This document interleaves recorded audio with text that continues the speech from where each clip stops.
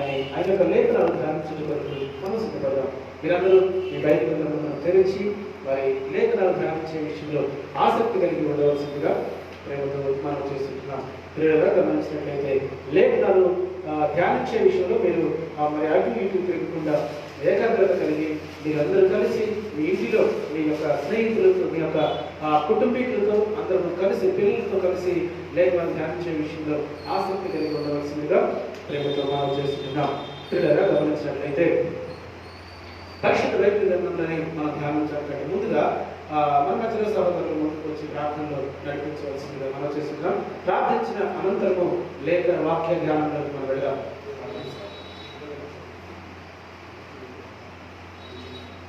ప్రార్థించుకుందాం. వాక్యం కొరకు ప్రార్థించుకుందాం.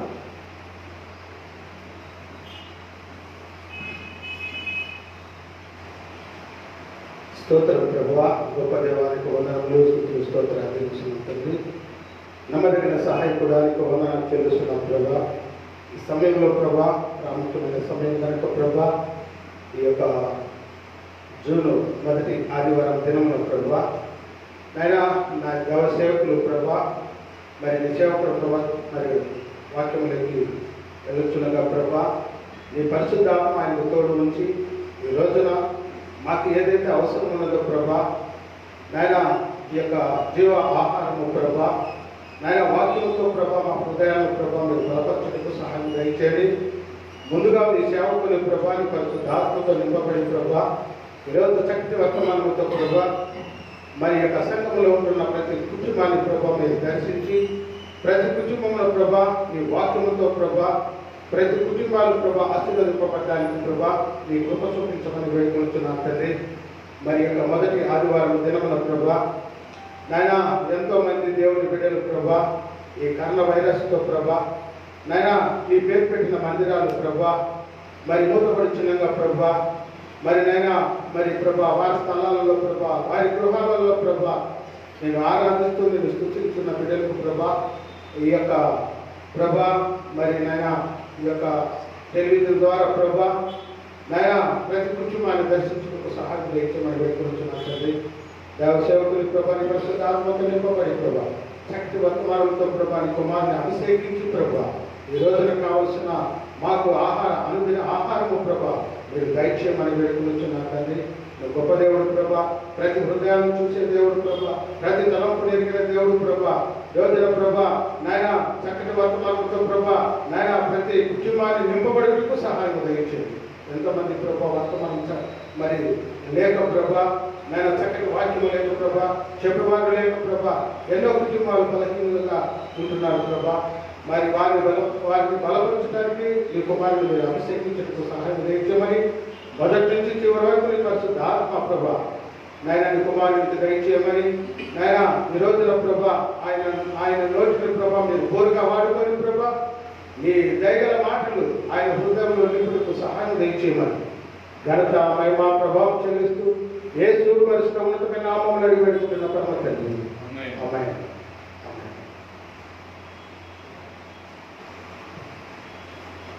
Thank you brother. ప్రార్థనలో సోదరులకి ప్రత్యేకమైనటువంటి అందరం చెల్లిస్తూ వాక్య ధ్యానంలో పిల్లల గమనించినట్లయితే ఈరోజు మనం ధ్యానాంశంగా తీసుకున్నటువంటి అంశము ఒక వ్యక్తి గురించి ఈరోజు మనం ధ్యానం చేయబోతున్నాం.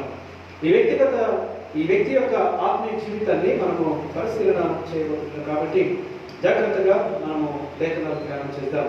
రాజుల గ్రంథంలో ఇశ్రాయేలు దేశాన్ని మొట్టమొదటిగా పరిపాలించినటువంటి వ్యక్తి సౌలు రాజు.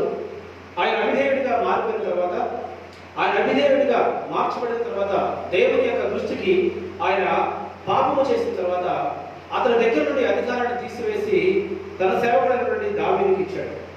దావీదు దాదాపుగా 40 సంవత్సరాలు ఇశ్రాయేలుని రాజ్య పరిపాలన గావించాడు, పరిపాలించాడు.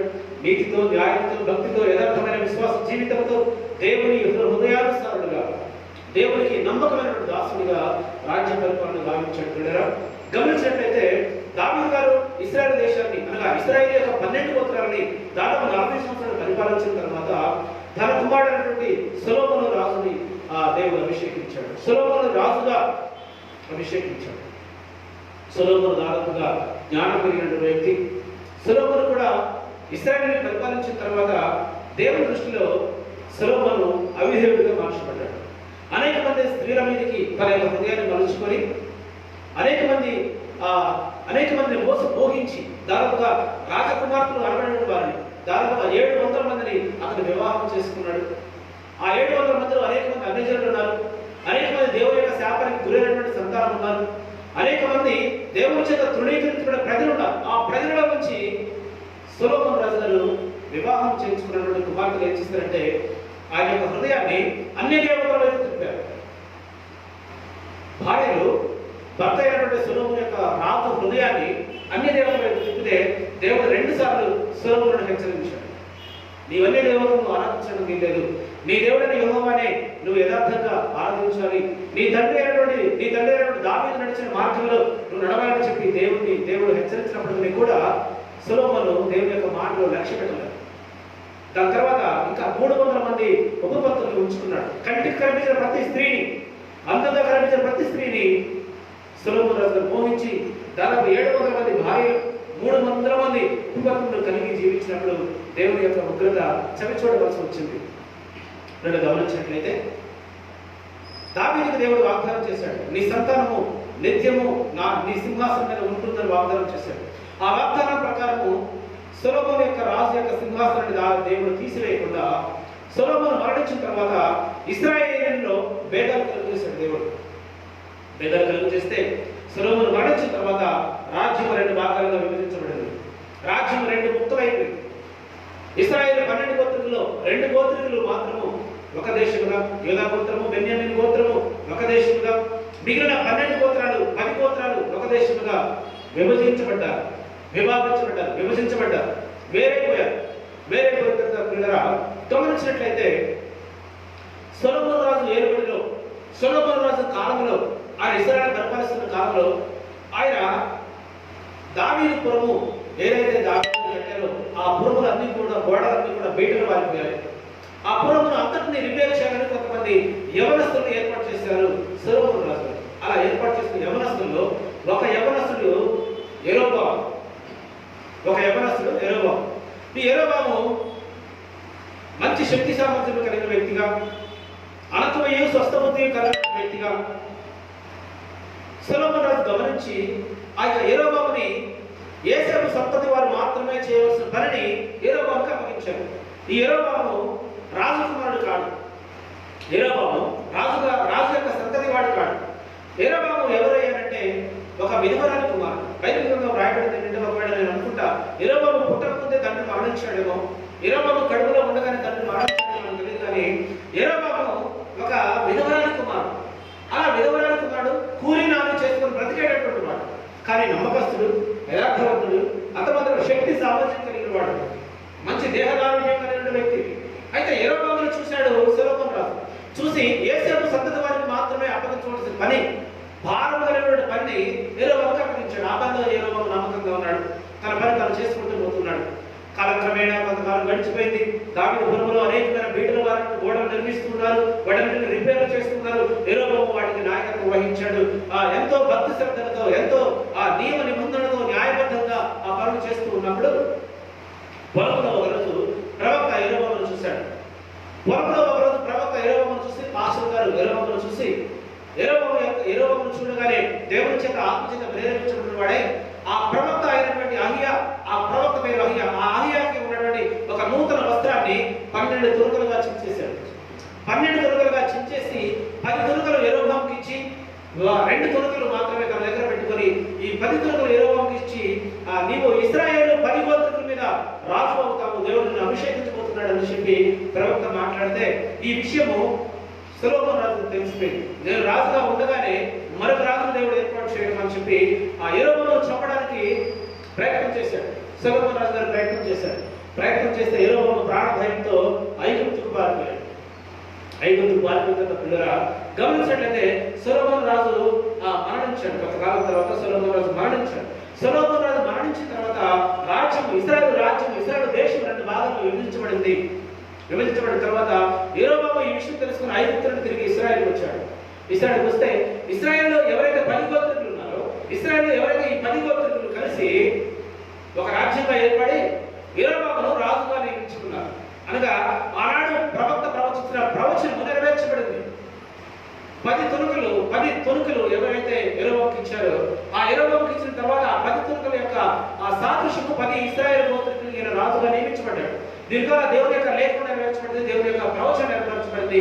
పిల్లలు ఇదంతా మనం ఎందుకు జ్ఞాపకం చేసుకుంటున్నాము అని అంటే, జాగ్రత్తగా యెరొబాము యొక్క వ్యక్తిగత జీవితాన్ని కొంచెం పరిశీలన చేసి ఆ వ్యక్తిగత జీవితంలో ఉన్న ఆత్మీయ సందేశాన్ని ఈరోజు మనం నేర్చుకుందాం. జాగ్రత్తగా ఆలోచిస్తే యెరొబాము ఒక విధురాలి కుమారుడు. యెరొబాము ఒక కూలీనాలు చేసుకున్న వ్యక్తి, రాజ్య సంతతి కలిగిన వాడు కాడు. ఆయన ఎఫ్రాయిము సంతతి కలిగిన వాడు యెరొబాము. అలాంటి యెరొబాము కూలీనాలు చేసుకున్న యెరొబాము ఆయన యొక్క శక్తి సామర్థ్యం చూసి, ఆయన యొక్క గుణలక్షణాలను చూసి, ఆయన యొక్క విశ్వాస జీవితాన్ని చూసి, ఆయన యొక్క నీతివంతమైన ప్రవర్తన చూసి, ఆయన యొక్క యథార్థమైన ప్రవర్తన చూసి దేవుడే యెరొబామును ఎన్నుకున్నాడు. ఒక ప్రవక్తని, ఒక సేవకుని యెరొబాము దగ్గర పంపించి ఆయన ఇశ్రాయేలు మీద రాజుగా ఉండబోతున్నావు అని చెప్పాడు. ఎంత గొప్ప విషయం ఆలోచించండి ఒకసారి.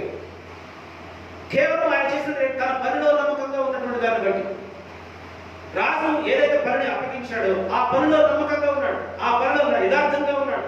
ఆయన ఎలాంటి అధికారం లేనప్పటికీ కేవలం కూలీనాలు చేసుకోవడం ఒక మామూలు సాధారణమైన వ్యక్తి యెరొబాము. ఆ యెరొబామును చూసినటువంటి దేవుడు, ఆ యెరొబాము యొక్క నేచర్ని, ఆయన యొక్క జ్ఞానం, ఆయన యొక్క మనసును చూసినటువంటి దేవుడు ప్రవక్త ద్వారా ఇశ్రాయేలుకి రాజుగా నియమించడానికి సిద్ధపడ్డాడు. గమనించినట్లయితే అలా నమ్మకంగా ఉండవలసినటువంటి యెరొబాము ఇశ్రాయేలు 10 గోత్రులకు రాజుగా చేయబడ్డాడు. ఇప్పుడు రాజ్యం 2 భాగాలుగా విభజించబడింది. దేవుని చేత వాగ్దానం చేయబడినటువంటి యూదా గోత్రము ఒక పక్క, అనగా 2 గోత్రాలు, బెన్యామీను గోత్రము, యూదా గోత్రము ఒక రాజ్యంగా, అలాగే ఇశ్రాయేలు యొక్క 10 గోత్రాలు ఒక రాజ్యంగా ఏర్పడ్డాయి.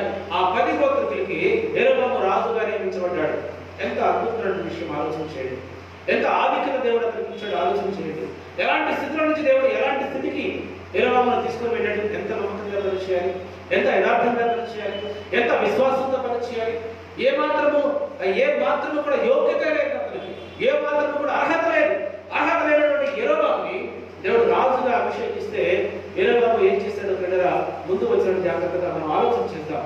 గమనించినట్లయితే ఈరోజు మనందరి పరిస్థితి అలాంటిదే. దేశాన్ని వదిలిపెట్టాం, ప్రాంతాన్ని విడిచిపెట్టాం, బంధువులను విడిచిపెట్టాం, మన జాతరను విడిచిపెట్టాం, మన స్నేహితులను విడిచిపెట్టాం. ఎక్కడో పుట్టి ఇదిగో ఈ యొక్క హైదరాబాద్ పట్టణానికి దేవుడు మనం నడిపించాడు. మనమందరం వచ్చినప్పుడు ఏమీ లేని స్థితిలో మనం ఉన్నాం.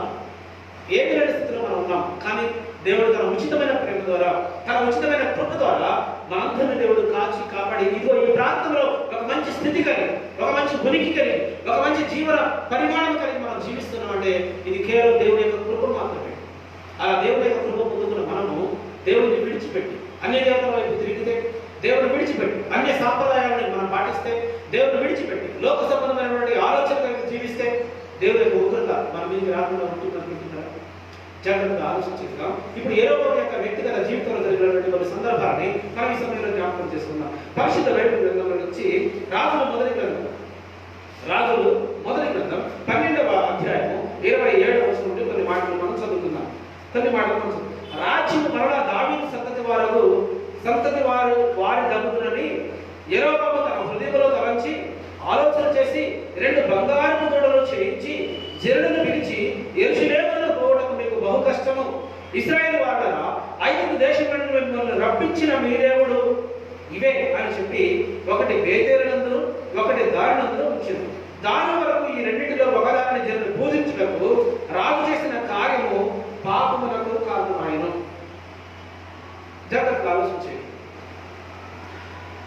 దేశమైతే 2 భాగాలు విభజించబడింది, రాజ్యమైతే 2 భాగాలు విభజించబడింది. కానీ దేవుని యొక్క మందిరం మాత్రము ఎక్కడుంది? ఇశ్రాయేలులో ఉండిపోయింది.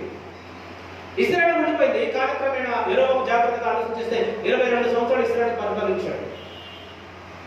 దేవుని యొక్క మందిరము యూదాలో ఉండబడింది. ఆలోచన చేసినట్లయితే పిల్లరా, దేవుని యొక్క మందిరము యూదాలో ఉండిపోయింది. అయితే దేవుని యొక్క మందిరము ఆరాధన చేసుకోవడానికి ఇశ్రాయేలు ప్రజలందరూ కలిసి వాళ్ళు చేస్తున్న పని ఏంటంటే, ఇశ్రాయేలు నుంచి యూదాకు వెళుతూ ఉన్నారు. దేవుని ఆరాధించడానికి, దేవుని సన్నిధిలో ప్రార్థించడానికి ఇశ్రాయేలు ప్రజలందరూ వెళుతూ ఉంటుంటే రాజు అయినటువంటి యెరొబాముకి ఒక దురాశ కలిగింది, ఒక దుర్బుద్ధి కలిగింది. ఏంటి అని అంటే, ఈ ప్రజలందరూ అక్కడికి వెళుతూ ఉన్నారు. ఆ ప్రాంతంలో దేవుడిని ఆరాధించడం వెళుతున్నారు. అయితే వెళ్ళడం మంచిదే, ఆరాధించడం మంచిదే, కానీ ఈ ప్రజలు ఆ రాజుతో సంధి చేసుకుంటే పరిస్థితి ఏంటి? అప్పుడు యూదా దేశానికి రాజుగా ఉన్న వ్యక్తి ఎవరంటే సొలొమోను కుమారుడు రెహబాము రాజుగా ఉన్నాడు యూదా 2 గోత్రాలకి. ఇశ్రాయేల్ 10 గోత్రాలకి రాజుగా ఉన్న వ్యక్తి యెరోబాము. అయితే యెరోబాము ఆలోచించాడు ఏంటంటే, నా ప్రజలందరూ యూదా దేశానికి వెళుతున్నారు, వెళ్ళి అక్కడ దేవుని ఆరాధించి మళ్ళీ తిరిగి వస్తున్నారు, కానీ వీళ్ళని ఎలాగైనా వెళ్లకుండా చేయాలి. ఎందుకంటే వీళ్ళు వెళ్ళి అక్కడ రాజుతో సంధి చేసుకుంటే, వీళ్ళు వెళ్ళి అక్కడ ప్రజలతో మమేకమైపోయి అందరూ కలిసి నా మీద తిరుగుబాటు చేస్తే నా రాజ్యం పోతుంది, నా అధికారం పోతుంది అని ఆ దురాలోచన చేసినటువంటి వాడిగా యెరోబాము నుండి ఒక భయంకరమైన క్రూరమైన ఆలోచన చేశాడు. అదేంటి అంటే, ఇశ్రాయేలు ప్రజలను వెళ్లకుండా ఆపడానికి ఆ యొక్క దుర్మార్గపు ఆలోచిస్తుంటే 2 దూడలను తయారు చేసి దూడలను 2 తయారు చేయించాడు. 2 దూడలను తయారు చేయించి 2 బలిపీఠములు కట్టి, ఒక బలిపీఠము దారిలోను, ఒక బలిపీఠం బేతేలులో. బేతేలు ఎంత పరిశుద్ధమైన స్థలం మనందరికీ తెలుసు. బేతేలులో దేవుడు ప్రత్యక్షమైనటువంటి స్థలం మనందరికీ తెలుసు. బేతేలులో అద్భుతమైన ప్రార్థన మందిరం నిర్మించబడింది. అలాంటి బేతేలులో ఒక బలిపీఠం కట్టాడు యెరోబాము. బలిపీఠం కట్టి ఆ బలిపీఠం మీద ఒక దూడను ప్రతిష్టపరిచి, దానిలో ఒక దూడను ప్రతిష్టపరిచి ఇశ్రాయేలు వారందరినీ పిలిచి, అయ్యా ఇశ్రాయేలులారా, మీరందరూ యూదా దేశం వెళ్ళి దేవుని ఆరాధించవలసిన అవసరం లేదు, ఇదిగో ఐగుప్తు నుంచి మిమ్మల్ని రప్పించిన దేవుడు ఇదిగో ఇతడే అని చెప్పి 2 దూడలను చూపించి ఇశ్రాయేలు ప్రజలందరూ ఆ దూడల్ని ఆరాధించడానికి, ఆ దూడలకి ప్రార్థించడానికి యెరోబాము ప్రజలందరూ కలిసి పాపం చేయడానికి ప్రత్యక్షంగా కారకుడయ్యాడు. దేవుని యొక్క ఆజ్ఞ ఆల్రెడీ జారీ చేయబడింది. యెరోబాముతో దేవుడు ఖచ్చితంగా మాట్లాడాడు. ఆ మాటను ఒకసారి మనం జ్ఞాపకం చేసుకున్నట్లయితే రాజులు మొదటి రాజులు 11వ అధ్యాయం 29వ వచనం ఒకసారి మనం చదువుదాం. 29వ వచనం. అంతటా యెరోబాము యెరూషలేములో నుండి బయలుపెడలిపోగా షిలోనీయుడును ప్రవక్త అయినకు అహియా అతని మార్గమందు కలుగులను. అహియా కొత్త వస్త్రము ధరించుకుని వారిద్దరూ తప్ప పొలములు మరి ఎవడూ లేకపోయినా. అంతటా అహియా తాను ధరించుకుని కొత్త వస్త్రము పట్టుకొని 12 తులకలుగా చిప్పి యెరోబాముతో ఇచ్చాను, ఈ 10 తులకలను నీకు తీసుకును. ఇశ్రాయేలు దేవుడైన యెహోవా సెలవిచ్చినదేమనగా, జనులను విడిచిపెట్టి అస్తారోషును, సీదోనీయుల దేవతలను, కేమేషీయులను, మోయాబీయుల దేవతను, మిల్కోమును, అమ్మోనీయుల దేవతను మొక్కి సొలొమోను తండ్రి అయిన దావీదు చేసినట్లు నా దృష్టికి యోగ్యమైనది చేయకయు, నా కట్టడలను నా విధులను అనుసరింపకయు, నేను ఏర్పరచుకున్న మార్గంలో నడవకయు ఉన్నారు కనుక సొలొమోను చేతుల నుండి రాజ్యమును కొట్టివేసి 10 గోత్రములను నీకు ఇచ్చెదను. అయితే నా సేవకుడైన దావీదు నిమిత్తము నేను యెరూషలేము పట్టణమును కోరుకున్నందున ఇశ్రాయేలు గోత్రముల నుండి వారికి ఒక గోత్రమును ఉండనిచ్చును. రాజ్యము వారి చేతుల నుండి బొత్తిగా తీసివేయక నేను కోరుకున్న నా సేవకుడైన దావీదు నా ఆజ్ఞను అనుసరించి నా కట్టడలను అనుసరించిన కనుక దావీదు జ్ఞాపకము చేసుకున్నది అతని దినములన్నీ అతనికి అధికారిగా ఉండనిచ్చును. అయితే అతని కుమారుడి చేతుల నుండి రాజ్యము తీసివేసి అందులో నీకు 10 గోత్రములు ఇచ్చెదను. నా నామమును అక్కడ ఉంచుటకు నేను కోరుకున్న పట్టణమైన యెరూషలేములో నా ఎదుట ఒక దీపము నా సేవకుడైన దావీదు ఎల్లప్పుడూ ఉండునట్లు అతని కుమారునికి ఒక గోత్రం ఇచ్చెదను. నేను నిన్ను అంగీకరించినందున నీ కోరిక ఎంతటి చొప్పున నీవు ఏలుబడి చేయించు ఇశ్రాయేలు వారి మీద రాజు అయిందును. నేను నీకు ఆజ్ఞాపించిన అంతయు నీవు విని నా మార్గమును అనుసరించి నడుచుచు నా దృష్టికి అనుకూలమైన దాన్ని జరిగించుచు నా సేవకుడైన దావీదు చేసినట్లు నా కట్టడలను నా ఆజ్ఞను కైకొనిన ఎడల నేను నీకు తోడుగా ఉండి దావీదు కుటుంబమును శాశ్వతముగా నేను స్థిరపరచినట్లు నిన్ను స్థిరపరిచి ఇశ్రాయేలు వారి మీద నీకు అప్పగించును. ప్రవక్త ద్వారా యెరోబాము ఆల్రెడీ హెచ్చరించబడ్డాడు. దేవుని యొక్క ఆజ్ఞలను నేను ఖచ్చితంగా నెరవేరుస్తా, దేవుని యొక్క కట్టడలను ఖచ్చితంగా నెరవేరుస్తా, నిన్ను నీ మార్గంలో నేను ఖచ్చితంగా నడుస్తాను చెప్పి ప్రవక్త ద్వారా ఆల్రెడీ యెరోబాముకి ఆ మెసేజ్ ఇవ్వబడింది. ఎప్పుడైతే ఒక ప్రవక్త యెరోబామును ఏర్పాటు చేసుకున్నాడో యెరోబాముకి 10 తులకలు ఇచ్చినప్పుడే ఆల్రెడీ ఆజ్ఞాపించబడింది. ఎందుకు సొలొమోను దగ్గర నుండి రాజ్యం తీసివేస్తున్నానంటే సొలొమోను యొక్క హృదయము స్త్రీల వైపు మలచబడింది. ఆ స్త్రీలు సొలొమోను యొక్క హృదయాన్ని మార్చి అన్ని దేవతలను ఆరాధించడానికి, అన్ని దేవతలను పూజించడానికి, అన్యులతో సాంగత్యం కలిగి జీవించడానికి, అన్యులతో బియ్యం అందుకోవడానికి సొలొమోను యొక్క రాజు హృదయం చెడిపోయింది. కాబట్టి ఇప్పుడు సొలొమోను దగ్గర ఉన్న రాజ్యాన్ని తీసి నేను నీకు ఇస్తున్నా, అయితే నువ్వేం చేయాలి తెలుసా? నా సేవకుడైన దావీదు యొక్క కట్టడలు, దావీదు ఏ రీతిగా నియమ నిబంధనలు కలిగి నడుచుకున్నాడో, దావీదు ఏ రీతిగా భక్తి శ్రద్ధలు కలిగి నడుచుకున్నాడో, దావీదు ఏ రీతిగా నా కట్టడలు అనుసరించి జీవించాడో అదే రీతిగా నీవు కూడా జీవించాలని ఆల్రెడీ యెరొబోము హెచ్చరించబడ్డాడు ప్రవక్త ద్వారా.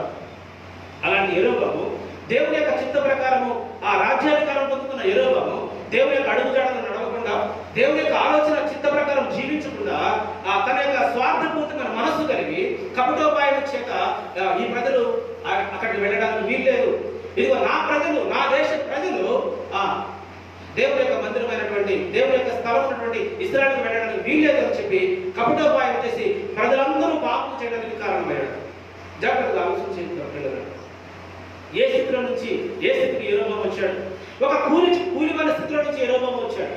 ఒక కూలి చేసుకున్నటువంటి స్థితిలో నుంచి యెరొబోము దేవుని యొక్క ప్రేమ ద్వారా ఆయన ఇశ్రాయేలుకు రాజుగా నియమించబడ్డాడు. ఇది కేవలం దేవుని కృప మాత్రమే, దేవుని ఆశీర్వాదం మాత్రమే, ఏ మాత్రం యోగ్యత లేదు. ఆయన రాజు కుటుంబీకుడు కాడు, కేవలం ఎఫ్రాయిముడు అంతే.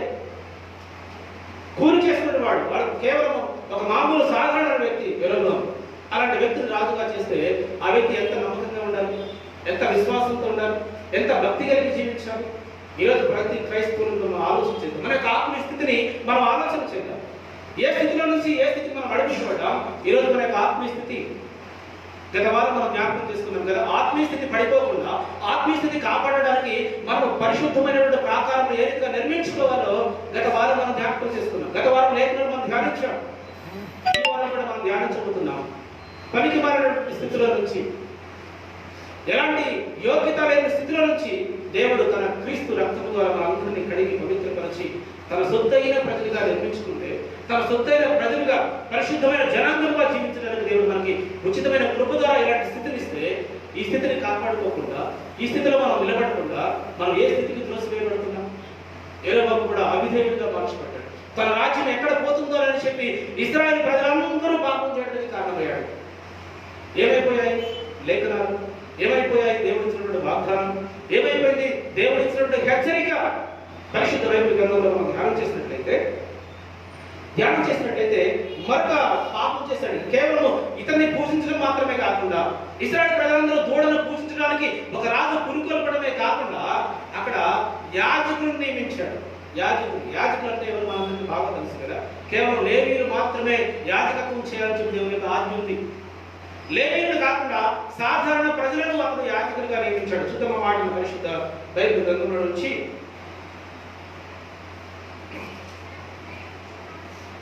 13వ అధ్యాయం మొదటి నుంచి. అంతటా దైవజనుడైన ఒకడు యెహోవా చేత సెలవునంది యూదా దేశం నుండి బేతేలుకు వచ్చింది. తోపును వేయుటకై యెరొబోము బలిపీఠమునకు నిలిచి ఉండగా ఆ దైవజనుడు యెహోవా ఆజ్ఞ చేత బలిపీఠమునకు ఈ మాట ప్రకటన చేసినాం. బలిపీఠమా యెహోవా సెలవిచ్చినదేమనగా, దావీదు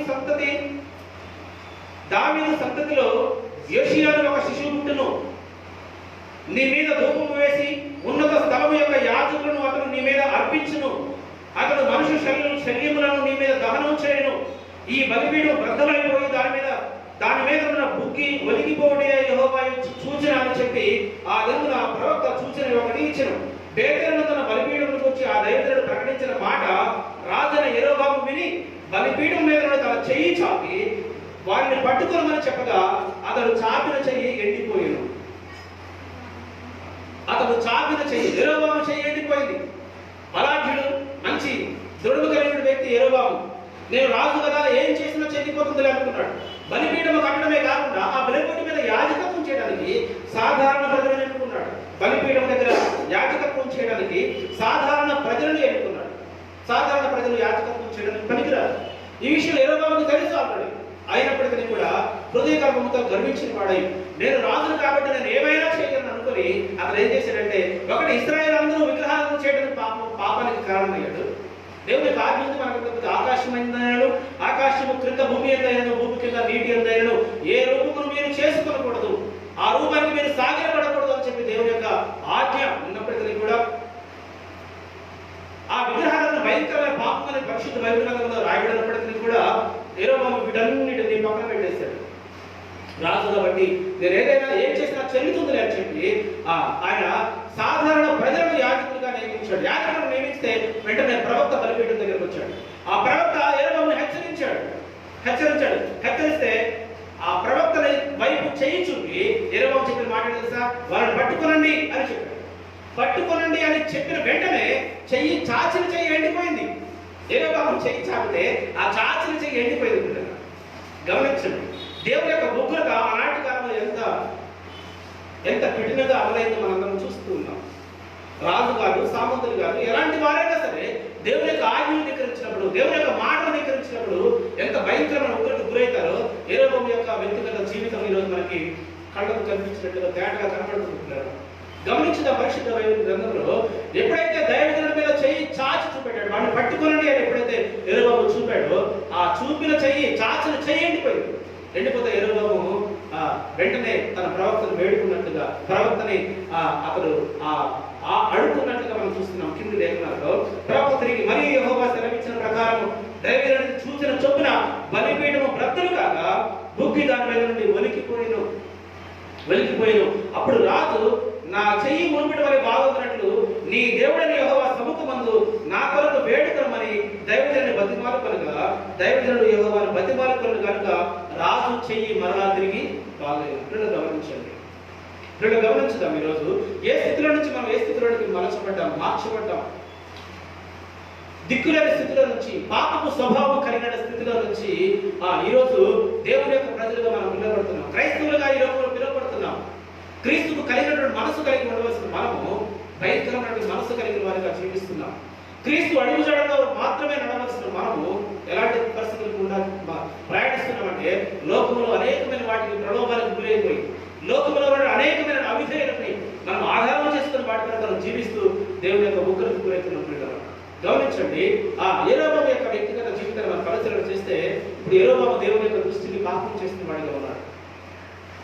యెరొబెయాము దేవుని చేత హెచ్చరించబడినప్పటికీ కూడా, దేవుని యొక్క ప్రవక్త చేత అతను హెచ్చరికలు పొందుకున్నప్పటికీ కూడా ఆ హెచ్చరికలు ఏ మాత్రం కూడా పట్టించుకోకుండా తిరిగి పాపం చేయడానికి, ఇశ్రాయేలు ప్రజలందరూ పాపం చేయడానికి కారణమయ్యాడు యెరొబెయాము. అలాంటి టైంలో తిరిగి దేవుడు యెరొబెయాముతో, ప్రవక్తతో మాట్లాడుతున్నాడు. జాగ్రత్తగా మనం ఆలోచన చేస్తే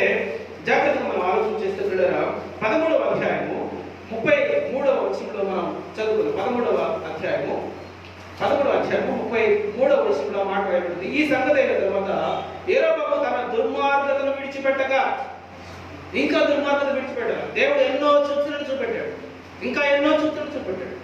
అయినప్పటికీ కూడా యెరొబెయాము నేర్చుకోవట్లేదు. దేవుని యొక్క ఉగ్రతను చూస్తున్నప్పటికీ కూడా యెరొబెయాములో ఏ మాత్రం కూడా మార్పు లేదు. అదే దుర్మార్గపు క్రియలు, అదే పాపపు క్రియలు, అదే పాపపు ఆలోచనలు. ఇశ్రాయేలును ఏ రీతిగా అణిచిపెట్టాలి, నా యొక్క రాజుగారి యొక్క స్థితిని, నా యొక్క అధికారాన్ని నేను ఏ రీతిగా కాపాడుకోవాలి అని చెబుతూ ఇశ్రాయేలు పాపము చేయడానికి ఆయన ఇంకా ఇంకా ఇంకా పాపాలు చేస్తున్నాడు. చేసిన పాపం కప్పిపుచ్చుకోవడానికి మరొక పాపం, చేసిన తప్పును కప్పిపుచ్చుకోవడానికి మరొక పాపం. ఇలా పాపాలు చేస్తూ ఉంటే గమనించండి, ఇక్కడ రాబిడ మాట ఏంటంటే, ఈ సంగతి అయిన తర్వాత యెరొబెయాము తన దుర్మార్గతను విడిచిపెట్టగా సామాన్య జనులలో కొందరిని ఉన్నత స్థలములకు యాజకులుగా నియమించును. ఉన్నతమైన స్థలములకు యాజకులుగా నియమించును. వాస్తవానికి జాగ్రత్తగా ఆలోచన చేస్తే సంఖ్యాకాండ గ్రంథం 8వ అధ్యాయం, ఒకసారి ఆ మాటను చదువుకుంది. సంఖ్యాకాండ గ్రంథం 8వ అధ్యాయము 11వ వచనంలో ఒక మాట పరిశుద్ధ బైబిల్ గ్రంథం నుంచి ఈ మాటను మనం కొరకు చదువుకుందాం. సంఖ్యాకాండ గ్రంథం 8వ అధ్యాయం 11వ వచనం నుండి కొన్ని మాటలు చదువుతాం.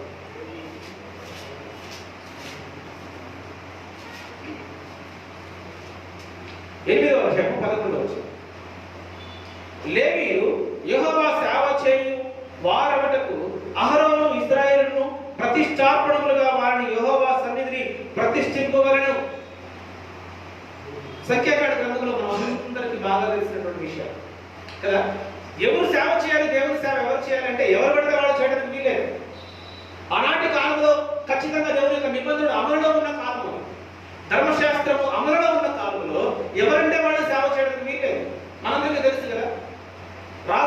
ఒక రాజు దేవుని యొక్క మందిరంలో అతి పరిశుద్ధాలను వెళ్ళిన వెంటనే రాజు నొసట కుష్టి పుట్టింది. ఎందుకంటే యాజకులు మాత్రమే వెళ్ళవలసిన స్థలం అది. ధర్మశాస్త్రం అమలులో ఉన్న కాలం.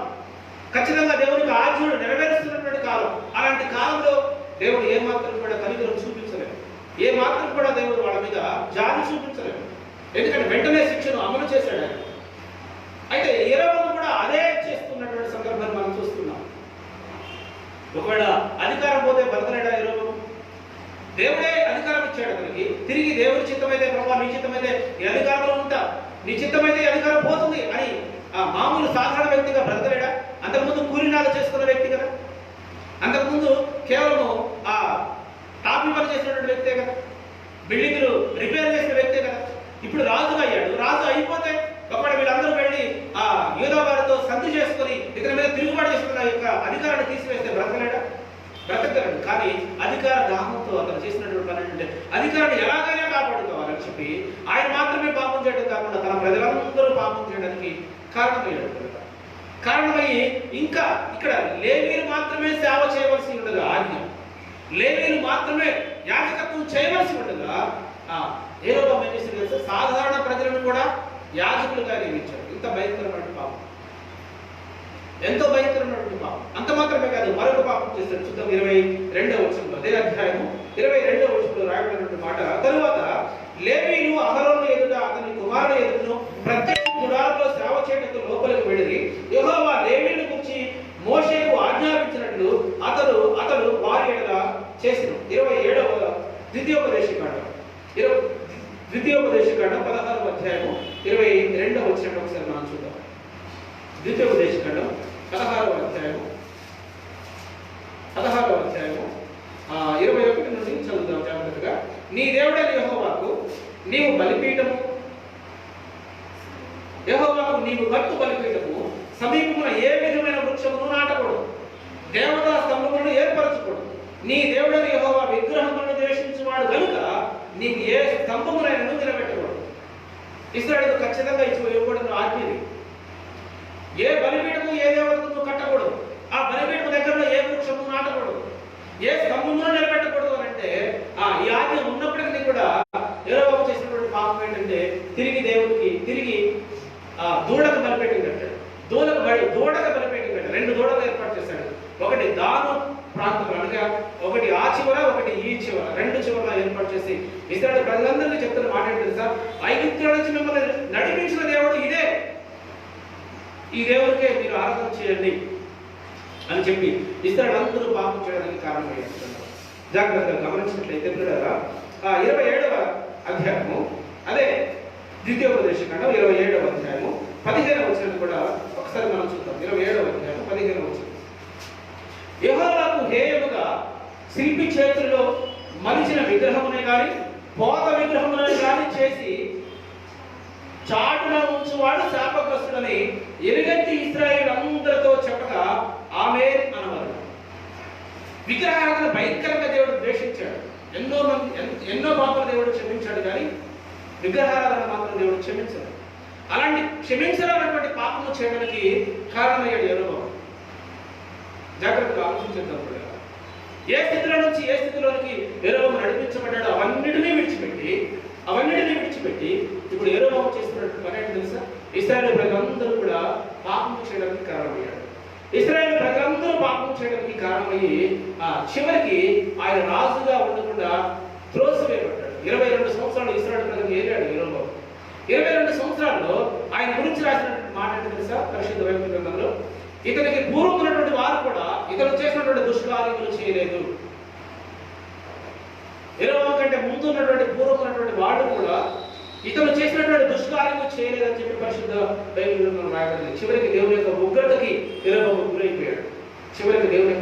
గురైపోయి రాజ్యాధికారాన్ని కోల్పోయి అతను 22 సంవత్సరాలు ఇశ్రాయేలు ప్రజలను ఏది చివరికి మరణించినట్టు మనం చూస్తున్నాం. గమనించుదాం. ఈరోజు మన యొక్క విశ్వాస జీవితం కావచ్చు, ఈరోజు మన యొక్క ఆత్మీయ జీవితం కావచ్చు, ఇది కేవలం దేవుని యొక్క కృప ద్వారా మాత్రమే మనం పొందుతున్నాం. నువ్వు ఎంత గొప్పవాడవై ఉండొచ్చు, ఎంతో ధనుడవై ఉండొచ్చు, ఎంతో అధికారం కలిగిన వాడవై ఉండొచ్చు, ఎంతో హోదా కలిగిన వాడవై ఉండొచ్చు, కానీ ఆ స్థితి దేవుడు నీకు ఇచ్చాడని గుర్తించాలి. ఆ స్థితిలో నువ్వు ఉన్నామంటే ఇది కేవలం దేవుని యొక్క కృప అని మనం దేవుడిని జ్ఞాపకం చేస్తాం. ప్రభా, ఇది నీవు ఇచ్చిన దాన్ని బట్టి నీకు స్తోత్రం అని చెప్పాలి. ఒకవేళ నువ్వు ఆ స్థితిని కోల్పోయినట్లయితే, ఒకవేళ నువ్వు ఆ స్థితిలో నుంచి త్రోసివేయబడినట్లయితే, చేసినట్లయితే ప్రభా నీకు స్తోత్రం అని చెప్పాను. యోబు యొక్క ఆత్మీయ జీవితాన్ని మనం ఆలోచిస్తే అది ఏదైనా సరే ప్రభా నీకే స్తోత్రం, ప్రభా నీకే మహిమ అని చెప్పి ఆయన దాన్ని ఆనందంగా స్వీకరించాడు. అతని యొక్క వ్యక్తిగత జీవితంలోకి ఎన్ని కష్టాలు వచ్చినా కానీ, ఎన్ని శోధనలు వచ్చినా కానీ ఆయన సంతోషంగా దాన్ని ఆస్వాదించాడు. ఆయన యోబు సంతోషంగా ఆస్వాదించాడు, సంతోషంగా దాన్ని అనుభవించాడు. దాని ద్వారా రెండంతల ఆశీర్వాదాన్ని యోబు పొందుకున్నాడు. గమనించుదాం, ఈరోజు ఈ భయంకరమైన కరోనాతో ప్రపంచం అంతా కూడా అల్లాడిపోతుంది.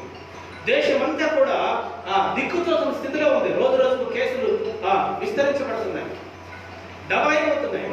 ఒక రోజుకి భారతదేశంలో 6,000 పైచిలుకు కేసులు నమోదవుతున్నాయి. నిన్న తెలంగాణ రాష్ట్రంలో చూస్తే 200 పైచిలుకు కేసులు, కేవలం హైదరాబాద్లో 150 కేసులు నమోదయ్యాయి. ఇలా విజృంభిస్తుంది కరోనా, కబళిస్తుంది కరోనా. ఇలాంటి భయంకరమైన పరిస్థితుల్లో ఒక పక్క అనారోగ్య సమస్యలు, కరోనా సమస్యతో ఒక పక్క దేశం అల్లాడిపోతుంటే, మరొక పక్క బోర్డర్లో చైనా వాడు కాలు దూకున్నాడు కయ్యాలి. యుద్ధ సమాచారంలో ఒక పక్క, అనారోగ్య సమస్యలు మరొక పక్క. ఈ రెండు పక్కలు మనిషి మీద దాడి చేస్తుంటే, మూడో పక్క మరొకటి ఏంటంటే ఆహార కొరత, ఆహారం లేవు, ఉద్యోగాలు లేవు, వ్యాపారాలు లేవు, సంపాదన లేవు. మరొక పక్క ఇలాంటి సమస్యల్లో ఒక క్రైస్తవుడుగా నువ్వు నేను చేయవలసింది ఏంటి తెలుసా? కేవలం దేవుని యొక్క సన్నిధిలో విశ్వాసం కలిగి ప్రార్థించడం మాత్రమే. ప్రభా నా జీవితంలో ఏది అమలైనా సరే అది ప్రభా నీకే స్తోత్రం, అది నీకే మహిమ. ఎందుకంటే నేను ఈ లోకంలోకి వచ్చేటప్పుడు ఏమీ తీసుకొని రాలేదు, ఈ లోకంలో వెళ్ళేటప్పుడు కూడా ఏమీ తీసుకొని వెళ్ళలేదు. కాబట్టి ఇక్కడ జీవించడానికి కొంత వెసులుబాటు, ఇక్కడ జీవించడానికి కొన్ని అవసరాలు మీరు కల్పించారు.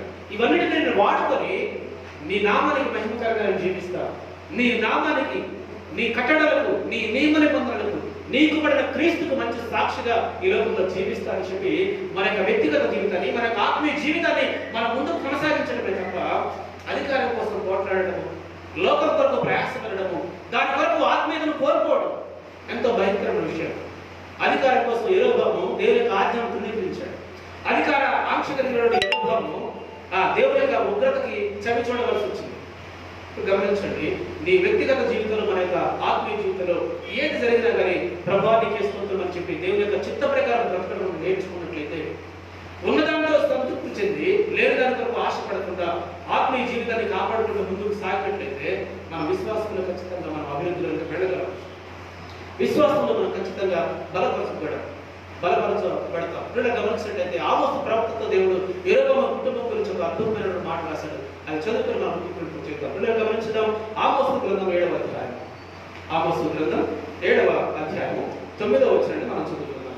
ఆమోసు గ్రంథం 7వ అధ్యాయము 9వ వచనం. ఇస్సాకు సంతతి వారు ఏర్పరచిన ఉన్నత స్థలములు పాడైపోవును, ఇశ్రాయేలు ప్రతిష్ఠితములను నాశనమగును, నేను ఖడ్గము చేత పట్టుకొని యెరొబెయాము ఇంటి వారి మీద పడుదును. ఎంత భయంకరమైన మాట. ఇశ్రాయేలు యొక్క పరిస్థితిని చూసి, ఆ పరిస్థితికి కారణమైనటువంటి రాజు ఎవరంటే యెరొబెయాము. పశువులకు ఆపరిగా ఉన్నటువంటి ఒక ప్రవక్తతో దేవుడు మాట్లాడుతున్నాడు. ఆమోసు గారితో దేవుడు మాట్లాడి హెచ్చరిస్తున్నాడు. ఏంటి తెలుసా? యెరొబెయాము ఇంటి వారి మీదకి నేను ఖడ్గము చేత పట్టుకుని బయలుదేరుతా. ఎంత భయంకరమైన విషయం, ఎంతో ఆందోళన కలిగించేస్తుంది. ఏ మనిషి అయినా ఎవరైనా మన ఇంటి మీద దండేసి వస్తే మరొక మనిషి సహాయం తీసుకోవచ్చు. ఏ అధికారైనా మన మీద పగబట్టి మన ఇంటిని కొల్లగొట్టడానికి వస్తే మరొక అధికారి సహాయం తీసుకోవచ్చు. కానీ ఇక్కడ సాక్షాత్తు దేవుడే ఆ యొక్క కుటుంబాన్ని హెచ్చరిస్తున్నాడు. అలాంటి ఉగ్రత, అలాంటి పరిస్థితి మనకు రాకుండా ఉండాలి అంటే దేవుని యొక్క అడుగుజాడలో మనం నడుచుకోవాలి. దేవుని యొక్క ఆజ్ఞ ప్రకారం మనం జీవించడం నేర్చుకోవాలి. ఈ లోకంలో ఉన్నదంతా కూడా శరీరాన్ని నిర్దేశించి ఉంటాము. మనం అందరికీ తెలుసు, అది అధికారం కావచ్చు, ఆశీర్వాదం కావచ్చు. ఈ లోకంలో మనం ఏం చేస్తున్నామంటే ఆత్మీయ జీవితాన్ని పక్కన పెట్టి లోక సంబంధ జీవితానికి అలవాటు పడి ఇదే ఆశీర్వాదం అనుకుంటున్నాం. ఇదే ఆశీర్వాదం, అది ఒక అవకాశం అనుకో. దేవుడు నువ్వు ఈ లోకంలో బ్రతకడానికి ఒక అవకాశం నీకు ఇచ్చాడు, ఒక వస్తువు నీకు ఇచ్చాడు. దాన్ని వాడుకొని విశ్వాసాన్ని బలపరుచుకో, విశ్వాసాన్ని కాపాడుకో అని దేవుడు మనకి ఇస్తే మనం ఏం చేస్తున్నాం? ఆశీర్వాదం కొరకు పరిగెడుతున్నాం. ఆ ఆశీర్వాదాన్ని మనం చేతబట్టుకొని ఆత్మీయ జీవితాన్ని మనం కోల్పోతున్నాం. అక్కడ రాయబడిన మాట ఏంటి తెలుసా? ఎంత భయంకరమైన మాట. యెరొబెయాము ఇంటి మీదకి దేవుడి యొక్క ఖడ్గం బయలుదేరుతుంది. ఆనాడు ఐగుప్తు దేశం మీదకి దేవుడి ఖడ్గం బయలుదేరింది. ఆనాడు ఐగుప్తు మీదకి దేవుడి యొక్క ఖడ్గం బయలుదేరింది. ఎందుకు బయలుదేరింది? సంహారక దూత ఎందుకు బయలుదేరవలసి వచ్చింది అని అంటే ఆ ఫరోని దేవుడు అంగీకరించడం కొరకు.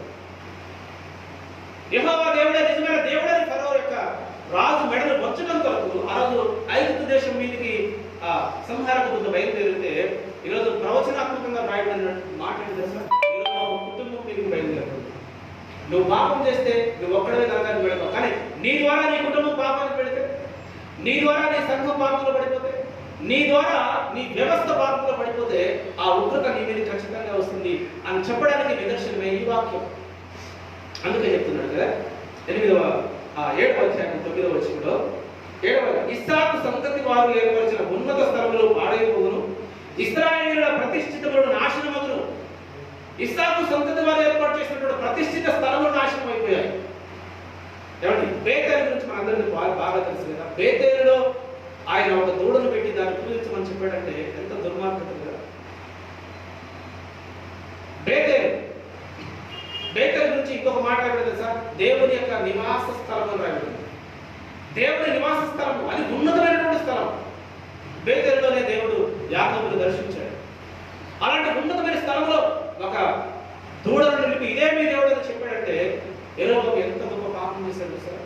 ఆ పాపానికి ప్రతిఫలంగా అంత మాత్రమే కాదు, ఆ ఇస్సాకు సంతతి వారు ఏర్పరిచిన ఉన్నత స్థలము పాడవడానికి కారణమయ్యాడు. తర్వాత ఇశ్రాయేలు ప్రతిష్ఠిత స్థలములను నాశనం అవడానికి కారణమయ్యాడు. దాన్ని బట్టి నేను ఖడ్గము చేతబట్టుకుని యెహోవాకు ఇంటి వారి మీద పడదును. దేవుడే ఖడ్గాన్ని చేతబట్టుకుని యెహోవాకు ఇంటి వారి మీద పడితే మరి ఎవరు తప్పించగలరు? యెహోవాకు కుటుంబాన్ని ఎవరు కాపాడగలరు? గమనించండి, జాగ్రత్తగా ఆలోచించారు. ఈరోజు దేవుడు మనతో మాట్లాడుతున్నాడు వాక్యం ద్వారా. దేవుడు మనం హెచ్చరిస్తున్నాడు తన యొక్క మాటల ద్వారా. మార్చబడదాం. ఇలాంటి భయంకరమైన విపత్తు చూడండి, కరోనా భయంకరమైన మహమ్మారి. అది ఎప్పుడు అంతమవుతుందో మనకు తెలియదు.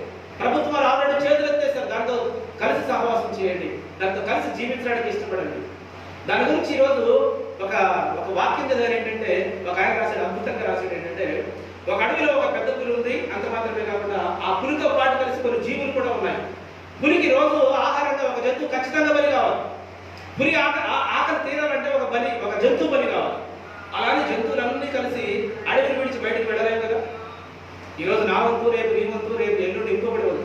అంటే ఏదో ఒక రోజు మనం ఖచ్చితంగా పులికి ఆహారము కావాల్సిందే అని తెలిసినప్పటికీ కూడా ఆ పులితో కలిసి జంతువులంతా ఏ విధంగా సహవాసం చేస్తున్నాయో అడవిలో, మనం కూడా కరోనాకి ఖచ్చితంగా బలి కావాల్సి వచ్చే మెంటల్ గా ప్రిపేర్ అయిపోయి ఈ లోపల బ్రతకడానికి మీరు ఇష్టపడండి అని చెప్పి, అంటే ప్రభుత్వం వారి యొక్క ఆలోచనని వీళ్ళు ఏం చేశారంటే పత్రికలు కూడా ముద్రించారు. కాబట్టి వారు ప్రభుత్వం వారు చేతులు ఎత్తేశారు. కరోనా దగ్గర సహవాసం చేయమని చెప్పారు.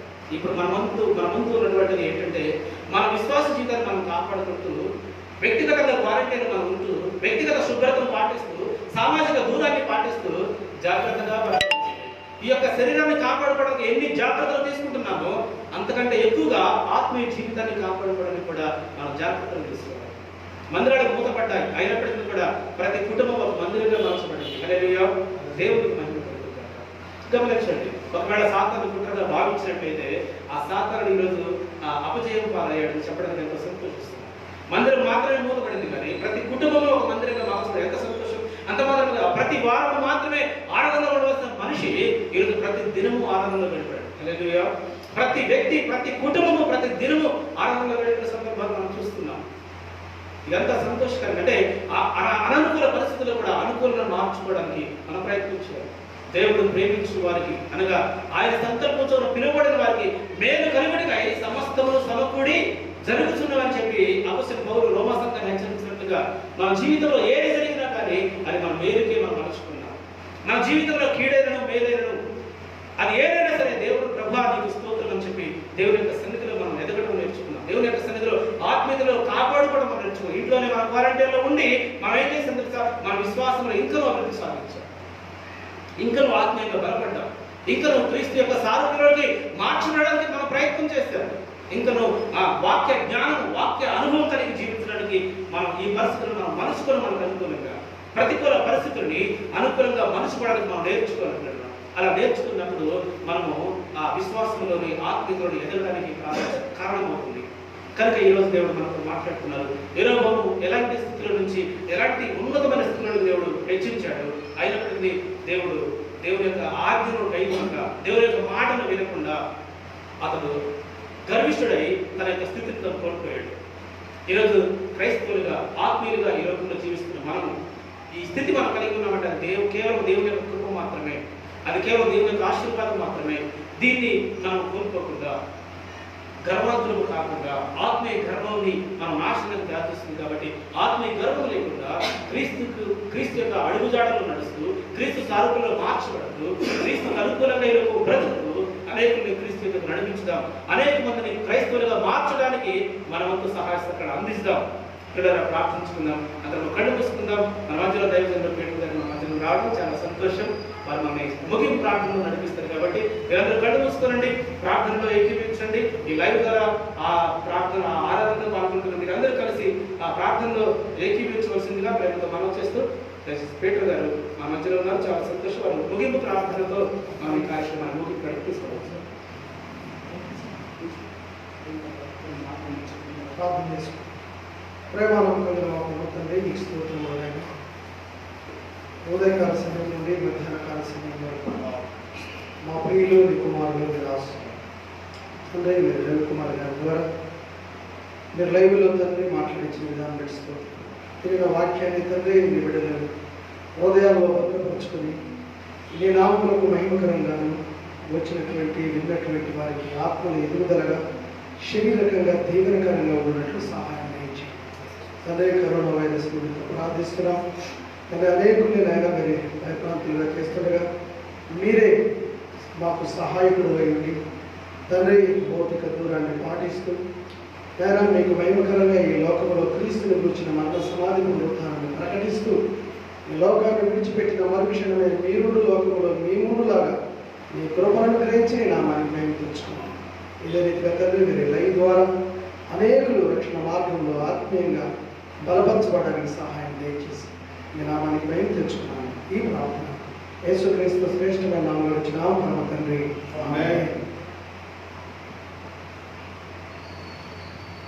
ప్రార్థనలో సహకరించినటువంటి చెల్లిస్తూ క్రీడగా గమనించండి. మరి లైవ్ ఆరాధన ఈ వారమే చివరి ఆరాధన కాబట్టి వచ్చే వారం దేవుని మహాకృపను బట్టి మనమందరం కూడా కలవబోతున్నాం.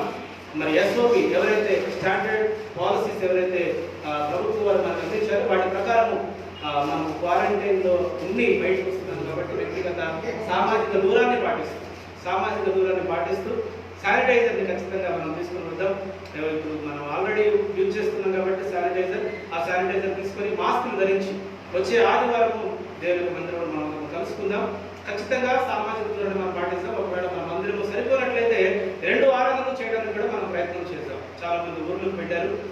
కరోనా మహమ్మారిని భయపడి చాలా మంది ఊరు భయపడాల్సిన అవసరం లేదు. భయపడకుండా ఏం చేయాలంటే వ్యక్తిగత భద్రతను పాటిస్తూ, సామాజిక దూరాన్ని పాటిస్తూ, మన కుటుంబాన్ని మనం కాపాడుకుంటూ, మనల్ని మనం కాపాడుకుంటూ సంఘానికి, సమాజానికి కూడా మనం మేలుకరంగా ఉందాం. ప్రభుత్వం వారి యొక్క ఇచ్చినటువంటి నియమాలను ఖచ్చితంగా మనం పాటిస్తాం. వచ్చే ఆదివారం మనము దేవుని యొక్క ఆలయంలో ఉదయం 11 గంటలకి ఖచ్చితంగా మాస్క్ ధరించి, వీలైతే గ్లౌజులు కూడా ధరించి దేవుని యొక్క మందిరంలోనికి రావాల్సిందిగా ప్రేమతో మనం చేసుకుంటున్నాం. ఇది దేవుని యొక్క మహాకృపను బట్టి మరి ఈ యొక్క కరోనా ఇంకా భారతదేశంలో విజృంభిస్తుంది. తెలంగాణ రాష్ట్రంలో 3900 పైచిలకు కేసులు నమోదు చేయబడ్డాయి. ఇంకనూ ప్రార్థన చేయండి. ప్రార్థన అవసరతలు ఇటలీ గురించి మనం చూసాం, అమెరికా గురించి మనం చూసాం, చాలా దేశాలు, రష్యా దేశం గురించి మనం చూసాం. ఇప్పుడు భారతదేశ పరిస్థితి ఏంటంటే 6th ప్లేస్లో ఉంది. ఇప్పుడు కరోనా విషయంలో భారతదేశం 6th ప్లేస్లో ఉంది. చెప్పలేము, ఇంకా అది విజృంభిస్తుంది. కాబట్టి 6th ప్లేస్ నుండి కిందికి రావడానికి ప్రార్థన చేయండి, పైకి వెళ్ళకుండా. కాబట్టి అప్పుడు గమనించినట్లయితే మనందరూ ప్రార్థన వ్యక్తిగత జీవితాన్ని బట్టి దేవుడు మహిమ కలుగును గాక. మరి యెరొబాము యొక్క ఆత్మీయ జీవితాన్ని మనం చూశాం కాబట్టి దాని ప్రకారం కాకుండా క్రీస్తుకి మంచి సాక్షులుగా, క్రైస్తవునిగా, క్రీస్తు అడుగుజాడలో నడిచేవారిగా, క్రీస్తు సారూప్యానికి మార్చబడేవారిగా మనమందరం కలిసి జీవించుదాం. గమనించండి, వచ్చే ఆదివారం తిరిగి 13 గంటలకి దేవుని యొక్క ఆలయంలో మాస్కులు ధరించి, శానిటైజర్స్ దగ్గర పెట్టుకొని, అంతమాత్రమే గ్లౌజులు ధరించి దేవుని యొక్క మందిరంలో మనం ప్రవేశించుదాం. ముగింపు ప్రార్థన, ఆశీర్వాదం సెలవు తీసుకుందాం. మీలో చాలా మంది మీ యొక్క ప్రేమపూర్వక కానుకలు ట్రాన్స్ఫర్ చేస్తున్నారు. మిమ్మల్ని అందరిని బట్టి ఎంతో సంతోషిస్తున్నాం. చాలా మంది గూగుల్ పే ద్వారా, ఫోన్ పే ద్వారా, అకౌంట్ పే ద్వారా కూడా మీ యొక్క ప్రేమపూర్వక కానుకను పంపిస్తూ ఈ 2 నెలలు కూడా మీ సేవలను పోషిస్తున్నారు. దాన్ని బట్టి దేవుడికి మహిమ కలుగుగాక. దేవుడు మిమ్మల్ని మీ కుటుంబాలను దీవించి ఆశీర్వదించుగాక. కళ్ళు మూసుకుందాం, ప్రార్థించుకుందాం. ముగింపు ప్రార్థన ఆశీర్వాదాలతో సెలవు తీసుకుందాం. మమ్మల్ని మిక్కిలిగా ప్రేమించిన మా ప్రియ పరలోకపు తండ్రి, నీ పరిశుద్ధమైన నామమును బట్టి నీకే స్తోత్రములు స్తోత్రములు స్తోత్రములు ప్రభా. నిన్న నేడు నిరంతరం ఏకరీతిగా ఉన్న దేవుడు కనుక తండ్రి, మా అపరాధముల చేతను మా పాపముల చేతను మేము చచ్చిన వారమై ఉండగా నీకుడనే క్రీస్తు నామములో ప్రభా, కేవలం క్రీస్తు ద్వారానే తండ్రి మమ్మల్ని రక్షించి మమ్మల్ని పరిశుద్ధపరచి పవిత్రపరచి నువ్వు సొంతనే ప్రజలుగా మేము మమ్మల్ని స్వీకరించిన విధానం బట్టి నయా నీకు స్తోత్రములు తండ్రి, నీకు స్తోత్రములైనా. ఏ యోగ్యత లేని మా కొరకు ప్రభా, ఏ మాత్రము కూడా తండ్రి స్వస్థత లేని మా కొరకు ప్రభా, ఏ మాత్రము కూడా మంచి లేని మా కొరకు తండ్రి నీకు కూడా క్రీస్తుని మా కొరకు బలి చేస్తారు తండ్రి. ఎంత గొప్ప దేవుడు నేను నీకు స్తోత్రములు ప్రభా. అవును తండ్రి, ఒక మట్టి పని చేసుకున్నటువంటి యెరోబాముని ప్రభా, ఒక కూలివాడైనటువంటి యెరోబాముని తండ్రి ఇశ్రాయేలు మీద రాజుగా మీరు నియమించారు. ఎంత గొప్ప నీతిగా జీవించవలసిన యెరోబాము, ఎంత గొప్ప వ్యక్తిగా జీవించవలసినటువంటి వాడిగా ఉండవలసినటువంటి యెరోబాము, ఎంతో గొప్ప కృతజ్ఞత అనుభవం కలిగినటువంటి వ్యక్తిగా ఉండవలసిన యెరోబాము, ఎంతో భయభక్తులు కలిగి జీవించవలసినటువంటి యెరోబాము తండ్రి అధికార గర్విష్ఠుడై అధికారం ఉన్నటువంటి అహంకారంతో చేయకుండా పనులు చేస్తూ నీ దృష్టికి అయోగ్యంగా ప్రవర్తించి ప్రభా నీవిచ్చిన అధికారాన్ని కోల్పోయాడు, నీవిచ్చిన జీవితాన్ని కోల్పోయాడు ప్రభా. అలాంటి వ్యక్తిని ప్రభా ఈరోజు మాకు చూపెట్టారు. అలా మేము జీవించకుండా తండ్రి కృతజ్ఞత కలిగినటువంటి వారిగా, అయ్యో క్రీస్తు మా కొరకు కలవలసిలో మరణించాడు, క్రీస్తు మా అందరి కొరకు మా అందరి పాప నిమిత్తమై కలవలసిలో చివరి రక్త పొట్టు వరకు కాచాడు. ఇది కేవలం దేవుని యొక్క కృప మాత్రమే. ఆ కృప ద్వారా మాత్రమే మేము రక్షించబడ్డాం, ఆ కృప ద్వారా మాత్రమే మేము జీవించగలుగుతున్నామనే సత్యాన్ని గ్రహించి ప్రభా విశ్వాసంలో ఎదగడానికి, విశ్వాసాన్ని బలపరచడానికి, క్రీస్తు కొరకు ఆత్మను సంపాదించడానికి ప్రభా కలవలను జయించి ఆయన ఈ లోకంలో నిజమైన క్రైస్తవులుగా జీవించినందుకు ప్రభా మీరు మాకు సహాయం చేయమని ప్రార్థిస్తున్నాం.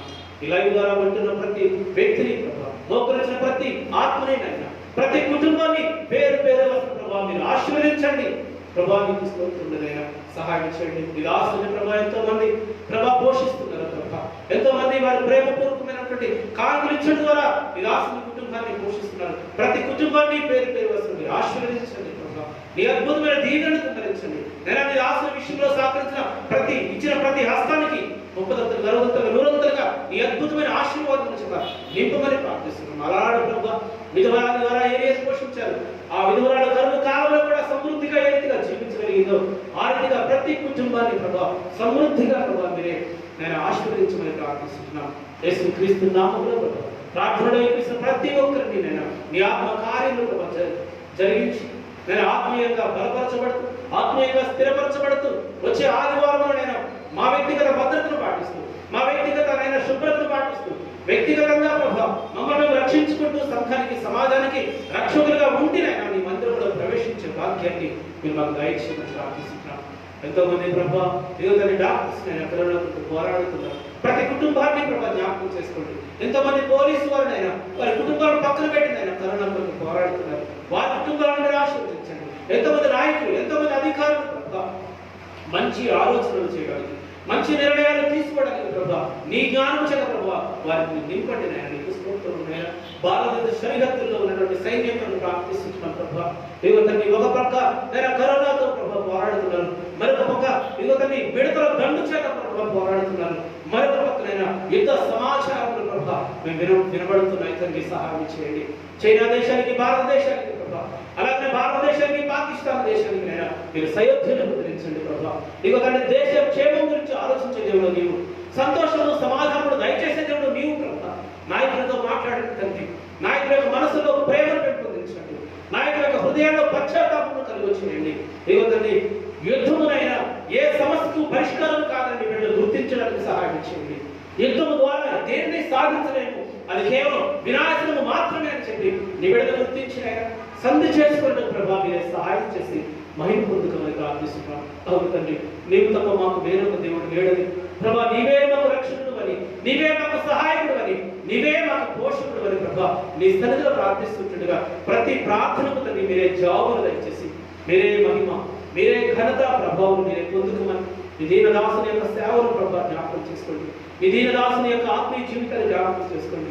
మీ దీనదాసుని యొక్క కుటుంబాన్ని జ్ఞాపకం చేసుకోండి. అయినా మీ అద్భుతమైన కృప చేత నింపి దీవించండి. ఎంతో మంది అనారోగ్యంతో బాధపడుతున్న బిడ్డలను జ్ఞాపకం చేసుకోండి. నేను హాస్పిటల్లో ఉన్నటువంటి ఇజ్రాయెల్ గారిని జ్ఞాపకం చేసుకోండి ప్రభా. నీకు స్తోత్రములైనా మీ స్వస్థత శీఘ్రముగా మీకు వాడిని మీరు గాయించండి. ఆయన నీకు స్తోత్రము. అలాగే ప్రభా సహోదరి శిరీషని జ్ఞాపకం చేసుకోండి.